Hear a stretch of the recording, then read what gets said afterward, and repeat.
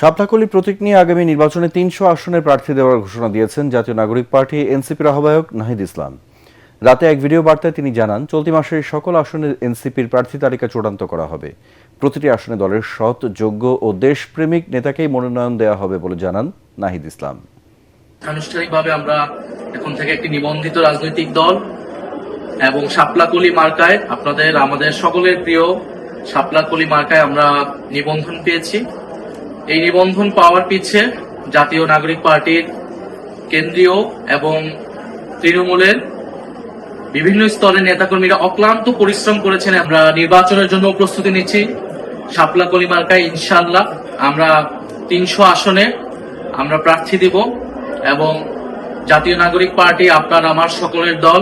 ফলে যারা নতুন করে রাজনীতি করতে চান, এই বাংলাদেশটাকে নতুন ভাবে করতে চান, তারা আমাদের সাথে যোগাযোগ করুন।